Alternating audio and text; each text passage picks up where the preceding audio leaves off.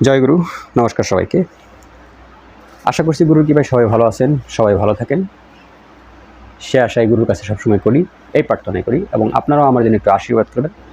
আমার এই স্থূল দেহ যেন এই দেহ লয় হওয়ার আগ পর্যন্ত গুরু সুস্থ রাখে। তো আমার চ্যানেলে যারা পুরাতন আছেন তাদের কাছে আমি কৃতজ্ঞ। তাদের শ্রীচরণে সবসময় শত সহস্র কোটি প্রণাম থাকেন। যারা নতুন আসছেন তাদের শ্রীচরণেও শত সহস্র কোটি প্রণাম এবং সুস্বাগতম।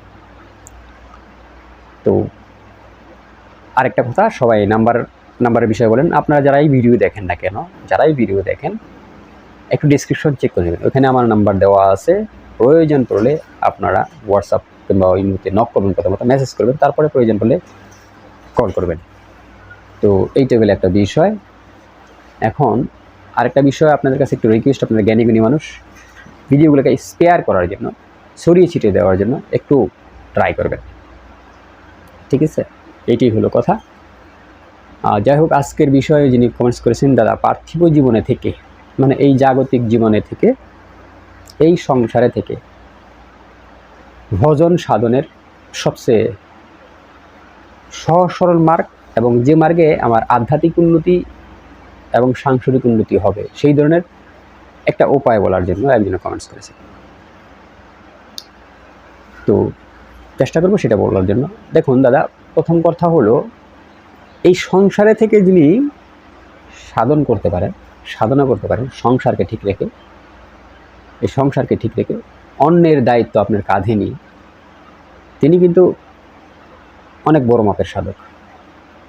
কারণ এত কোলাহলের মাঝে, এত সংসার যাতনার মাঝে থেকে যখন আপনি একবার স্রষ্টাকে ডাকবেন, মন থেকে ডাকবেন, স্রষ্টা কিন্তু অনেক খুশি হয়, অনেক খুশি হয়। তো এই যে বিষয়টা আপনি আমাকে প্রশ্ন করছেন, এটা আমি খুব খুশি হয়েছি। প্রথম কথা, যারা আমরা খুব ভালো করে শুনবেন, যারা আমরা শক্তি ক্ষয় করে ফেলেছি, এই শক্তির হিসেব আপনাকে দিতেই হবে, কোনো মত নাই, দ্যার ইজ নো ওয়ে। মহাজন যতটুকু দিছে, 5 টাকা চালান যদি দিয়ে থাকে, 5 টাকার হিসাব পরিপূর্ণ দিতে হবে।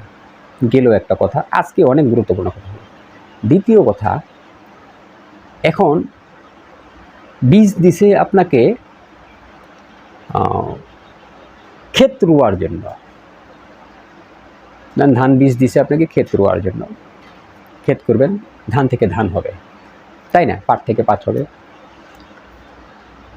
তো এখন কথা হইল, সেইটা আপনি এখন ধরেন, যখনই আমরা ধান চাষ করি, যে সময়টা আমরা ধান চাষ করি, যে ধান চাষ করার যে সময়, সেই সময় না সেই ধানগুলো আমরা চাষ করি, নাকি অন্য সময় করি? অন্য সময় তো করি না। আমন ধান যখন করার প্রয়োজন তখন আমন ধান করবো। যখন এখন তো আর ইরি ধান নাই দেশে, 29 আছে, 28 আসে, এটা যখন করার প্রয়োজন তখন এটা করবো। এবং মানে যেটা যে মৌসুমের, সেই মৌসুমে করবেন। এখন আপনাকে বীর্য দেওয়া হয়েছে এই সৃষ্টিকুল রক্ষা করার জন্য। মানে সৃষ্টি থেকে, দেখেন তার সিস্টেমটাকে, সৃষ্টি থেকে মানুষ চলে যাবে, মানুষ আসবে, তাহলে তো সৃষ্টির যে স্থিতি সেটা থাকবে, তাই না? সিস্টেমটা তো উনি হিসাব করে করছেন যে এটাকে মানে ঠিক রাখার জন্য, ঠিক আছে, সে এই প্রণালী করছেন। একটা ফ্যাক্টরি চালাইতে গেলে 10 জন লোকের যদি প্রয়োজন হয়, যদি 5 জন রিটায়ার্ড হয়ে যায়, তখন কিন্তু 5 জন আবার নতুন ওই ফ্যাক্টরিতে যোগ দেয়।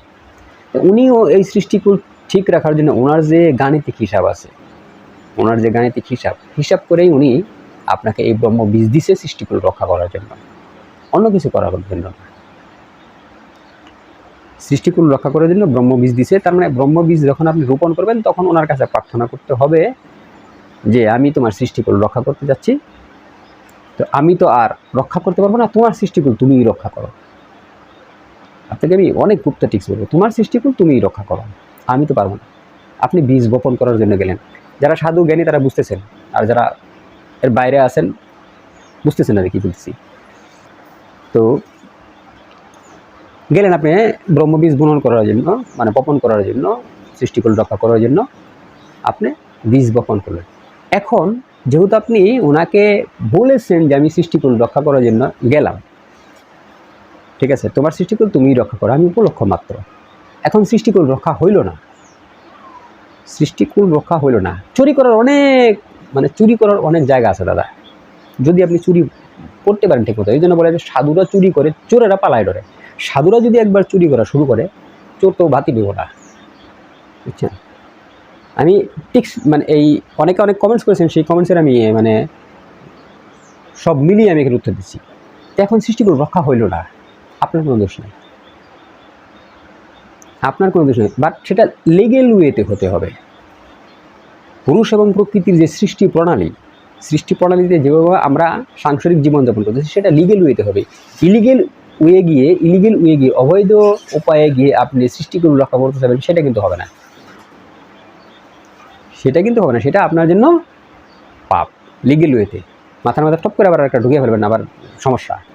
লিগেল ওয়েতে হতে হবে। এখন আপনি এইভাবে সৃষ্টিকুল রক্ষা করতে যান, একদিনও আপনার সৃষ্টিকুল রক্ষা না হোক, এতে আপনার মাহাজনের 5 টাকার হিসাব আর দিতে হবে না। কেন দিতে হবে না? আপনি তো বলবেন আমি তো গেছি সৃষ্টিকুল রক্ষা করে দেন, হয় নাই, আমার কি দোষ? ঠিক আছে, গাছ হয় নাই, আমার তো কোনো দোষ নাই, ফসল হয় নাই, আমার কোনো দোষ নাই, আপনি হিসাব দিয়ে দিয়েছেন, এই তো গেল। এখন আর একটা টিপস দিতে, এখন আপনি সৃষ্টিকুল রক্ষা করবার জন্য প্রতিদিন যান, সৃষ্টিকুল রক্ষাও হয় না, কিন্তু আপনি একটা কথা বলেন না। মানসিকভাবে যে একটা কথা বলার প্রয়োজন, যে আমি সৃষ্টিকুল রক্ষা করতে যাব, সেটা তুমি রক্ষা করো। শুধু এই কথাটা না বলার দরুনে আপনার হিসাব দিতে হবে, আপনার হিসাব দিতে হবে 1000% আপনার হিসাব দিতে হবে। 5 টাকা কী করছস? ঠিক আছে, 5 টাকা তো এই করে ফেলছি, কই আমার কাছে তো কস নাই, আমার কাছে কি কইছিলি? না, এইরকম আর কি। আর যদি বাপের কাছে কন 5 টাকা থেকে কিন্তু আমি আজকে 2 টাকা অমুক জায়গায় দিয়ে দেবো, বাপের কাছে কইছে দিয়ে দেন। ওই টাকা যে দিয়ে দিয়েছেন, ওতে কী করতেছে না করতেছে, কী হয়েছে না হয়েছে, ওটা দেখার বিষয় না। এখন যখনই আপনি বলবেন যে সৃষ্টিকুল রক্ষা করার জন্য গেছি, এখন সৃষ্টিকুলে ফসল হয়েছে বা হয় নাই, তখন ওইটার হিসাব আপনারা দিতে হবে না। আর যদি না বলেন, তাইলে যখন জিজ্ঞেস করবে 5 টাকা হিসাব দে, এটা করতে, বুঝতে পারছেন? বুঝলে কমেন্টস করে জানাই, ঠিক আছে? নিজেদের মেধাও একটু খাটান, সব ঢুকে যাবে। গেল। তারপরে আরেক চুরি, সেটা কি? যদি নিজেরাই খেয়ে দিতে পারেন, লিগেল ওয়েতে রাইখা দিতে পারেন, তাই তো আপনার বড় সাধক। যদি বলকায়া না পইরা যায় আর কি, না বল বইটা যে পইরা যায়, ওরকম যদি বল বইটা যদি না পইরা যায়, ঠিক আছে, তাই তো আপনি বড় সাধক। তখন হিসাব করবেন, দাও 5 টাকা নিয়ে দিলাম, এই যে 5 টাকা দিয়ে দিলাম, কি খরচ নাই, পুরি নাই খরচ, ঠিক আছে। বিভিন্ন অনুষ্ঠানে দেখবেন আমাদের সনাতন শাস্ত্রে একটা জিনিস দেখায়, এটা বোঝানোর জন্য রূপক। যদি ওই জিনিসটা ওই শ্রীকৃষ্ণের যে অবতারের সাথে যে এটা নাটক হিসাবে দেখায়, যে ননি খেয়ে ফেলছে, হাড়ি ভাঙাতে মায় পিটাইছে, না, এটা রূপক। এটা আপনাকে বোঝানো হয়েছে, আমাকে বোঝানো হয়েছে, এটা উনি না, ওনার এই সমস্ত জিনিস করার প্রয়োজন নেই, ঠিক আছে? আমরা এই বিষয়গুলো অনেক দূরে যাইতে হয়, ওনার এই জিনিস করার কোনো প্রয়োজন নেই। এখন এখানে কি বুঝাইছে, ঠিক আছে? যে ননি খাইছস বেটা, হারি আনছসকে, এলিয়া মাই পিটাইলো, আমাদেরকে বোঝানো হয়েছে, আমাদের মতো জীবকে। দ্যাট মিনস কি বুঝে গেছেন? আর বুঝুন না, বুঝে গেছেন? ননি খাইছস হারি ভাঙছসকে, এলিয়া মাই পিটাইলো, হারি ভাঙছে দেহে মাই পিটাইলো, বাকিটা বুঝছেন? কমেন্টস করে জানেন। যদি হারি ঠিক থাকে, যদি না ভাঙেন, যদি না ফাটান, গেছেন গা, বুঝতে পারছেন? তো এই হইল হিসাব। যাই, এই তো কথা বলতে গেলে অনেক ব্যাপারে অনেক কথাবার্তা চলে আসে। এখন আসি পার্থিব জীবনে থেকে একটা সাধারণত বিশাল সাধনা একটা বললাম, যে এইটা আপনার একটা বিশাল সাধনা পার্থিব জীবনে থেকে, সাংসারিক জীবনে থেকে যদি এটা করতে পারে তো ভালো, খুবই ভালো, ওয়েলকাম। এখন আসেন পার্থিব জীবনে থেকে এই মোক্ষ লাভ করা, অর্থ লাভ করা এবং সমাজে মান সম্মান বৃদ্ধি করার জন্য কি তপজপ বা কি সাধনা করা যায়, দেখুন পৃথিবীতে দুইটা মন্ত্রের কথা আমরা সবসময় শুনি, দুইটা মন্ত্রের কথা। একটা হলো গায়ত্রী মন্ত্র, যেটা ব্রহ্মা গায়ত্রী না, কিন্তু ব্রহ্ম গায়ত্রী। প্রত্যেকটা দেবদেবীর আলাদা আলাদা গায়ত্রী মন্ত্র আছে। শিবের গায়ত্রী আছে, বিষ্ণুর গায়ত্রী আছে, ব্রহ্মার গায়ত্রী আছে, সরস্বতীর গায়ত্রী আছে, লক্ষ্মীর গায়ত্রী আছে, দুর্গার গায়ত্রী আছে। এইটা না, সেটা হলো ব্রহ্ম গায়ত্রী। ব্রহ্ম গায়ত্রী সেটা কি?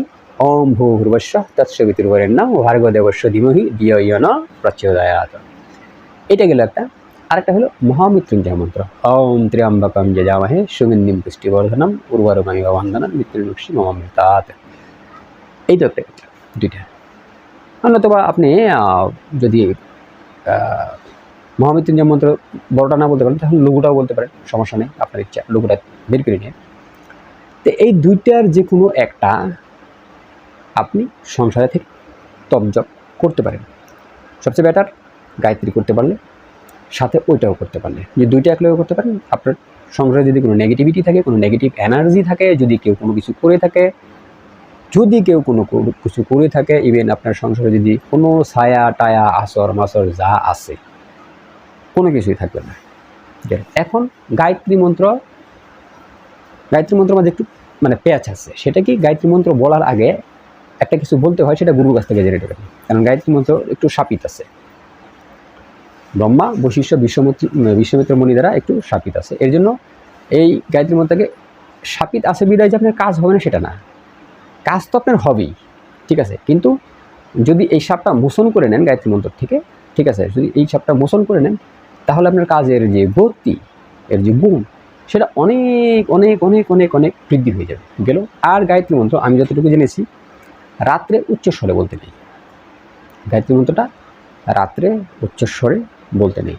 তাহলে গায়ত্রী যদি আপনি জপেন, প্রতিদিন গায়ত্রী জপেন, গায়ত্রী আমি বেশ কিছুদিন জপেছি, আগে যখন জপেছি, এর যে ফিলিংস, এর যে ভাইব্রেশন, 1-2 দিন বৈশা করলেই বোঝা যায় যে এই কী জিনিস, এ কী অ্যাটম বম, বোঝা যায়। একই জিনিস, সেম। মহামৃত্যুঞ্জয় যখন আপনি জপবেন, ঠিক আছে, মহামৃত্যুঞ্জয় যখন আপনি জপবেন, এই একই রকম কাজ করবে। তো দুটাই আপনি চেষ্টা করবেন অরিজিনাল রুদ্রাক্ষ মালা নিয়ে জপার জন্য, এখন এই যে মালাটা জপবেন, চেষ্টা করবেন মালায় প্রাণ প্রতিষ্ঠা করে নেওয়ার জন্য। আর দুটা মন্ত্রই স্বয়ংসিদ্ধ, মালায় প্রাণ প্রতিষ্ঠা করে নেওয়ার জন্য। কীভাবে প্রাণ প্রতিষ্ঠা করতে হয় সেগুলো ইউটিউবে অনেক ভিডিও আছে, না পারলে যে কোনো একটা যারা জানেন তাদেরকে ডাক দিয়ে এনে মালায় প্রাণ প্রতিষ্ঠা করে নেবেন, এবং অরিজিনাল রুদ্রাক্ষ নেবেন। এই প্লাস্টিকের গুলো না, এগুলো বাজারে এগুলো সব প্লাস্টিকের রং করা, ঠিক আছে। অরিজিনাল রুদ্রাক্ষ নেবেন। অরিজিনাল রুদ্রাক্ষ কোথায় কীভাবে পাওয়া যায় সেগুলো দেখে নিয়ে নেবেন। এই দুইটা কাজ যদি আপনি করেন তাহলে হবে। এখন কথা হলেও আবার কেউ বলবেন যে আমার গুরু নাই, আমি কীভাবে জপবো, কীভাবে করব, ঠিক আছে। গুরু নাই, গুরু ছাড়া কীভাবে জপা যায়, কাকে গুরু বানানো যায়, কীভাবে গুরু বানাইতে হয়, তার নিয়ে আমি ভিডিও দিয়েছি, ঠিক আছে। গুরু ছাড়া ব্রহ্মাণ্ডের কেউ না, সবারই গুরু আছে। একটা পার্থিব জীবনে এসে পাই নাই, এটাই হচ্ছে একটা ব্যর্থতা। বাট গুরু ছাড়া তো আমি পৃথিবীতে আসি নাই, গুরু পাঠাইছি বিদায় আমি পৃথিবীতে আসছি, ঠিক আছে। তো এই যাদের গুরু নাই, গুরুর যে প্রক্রিয়া, যে প্রণালী, সেটা জেনে শুনে আপনি এইটা তপ করবেন, তাহলে আপনার ভালো। এই তো গেল একটা বিষয়। দ্বিতীয় বিষয়, আরেকজনের একটা কমেন্টস করেছেন যে আমাদের কার কি মন্ত্র জপা ভালো। দেখুন দাদা, প্রত্যেকটা মানুষের পৃথিবীতে যে নাম আছে, প্রতিটা মানুষের পৃথিবীতে যে নাম আছে, তার নামের মাঝে, তার নামের অক্ষর দ্বারা তার ইষ্টদেবকে বের করা হয়, ইষ্টদেবকে জানা হয়, ঠিক আছে, ইষ্টদেবকে জানা হয়। আপনারা কিন্তু সবাই, আমরা বেশিরভাগ ক্ষেত্রে আমি আমার ইষ্টদেব জানি না, আপনি আপনার ইষ্টদেব জানেন না, এরকম না। তো প্রথমত আপনার ইষ্টদেবকে জানতে হবে, আপনার ইষ্টদেবকে জানতে হবে। তো আপনি জেনে নেবেন যে আপনার ইষ্টদেব কে, ওই ইষ্টদেবকে আপনার জপতে হবে, ইষ্টদেবকে আপনার জপতে হবে। ইষ্টদেব না জপলেও না, অবশ্যই ইষ্টদেবকে জপতে হবে। তো আপনি আপনার ইষ্টদেবকে জেনে তার পরবর্তীতে এই নামের যে সিস্টেম, যা এই, আমি এর কোনো বিধিবিধান বলতেছি, জপ সম্বন্ধে বলতেছি, এই কাজ করার যে প্রণালী, সেগুলো আপনি করবেন। তো আমরা না জেনেই তো অনেকেই দীক্ষা টিক্ষা নিয়ে থাকি। এই দীক্ষার ক্ষেত্রেও প্রত্যেকটা মানুষের তার ইষ্টদেব অনুযায়ী দীক্ষা মন্ত্র দেওয়া কর্তব্য আর কি, শাস্ত্রবিহিতভাবে বলা হয়েছে, শাস্ত্রবিহিতভাবে বলা হয়েছে। তো সেই ক্ষেত্রে আমি আমার নামের ইষ্টদেবের যদি গুরুমন্ত্র নেই, সেটা আমার জন্য প্রভাব অনেক বেশি ফেলবে, আমার উপকার অনেক বেশি হবে। এগুলো জানা খুবই প্রয়োজন। আসলে চ্যানেলে মানে কথা বলতেছে না, বলতে গেলে অনেক কথাই বের হয়ে যায়। আর এক একজন আসেন আইসাই উল্টাপাল্টা কথা বলেন, লোভে মানে সাথে সাথেই তার মানে রেজাল্ট হতে হবে এরকম। আরে ওই গুণের অধিকারী হলে না সাথে সাথে রেজাল্ট হবে? সব জিনিসের কি সাথে সাথে রেজাল্ট হয়? যে কোনো জিনিস ক্রিয়েট করতে গেলে তার সময় লাগে, তো পার্থিব জীবনে নিয়ে যে কমেন্টস করেছিলেন, তো আজকে এই পর্যন্ত। জয় গুরু, নমস্কার সবাইকে।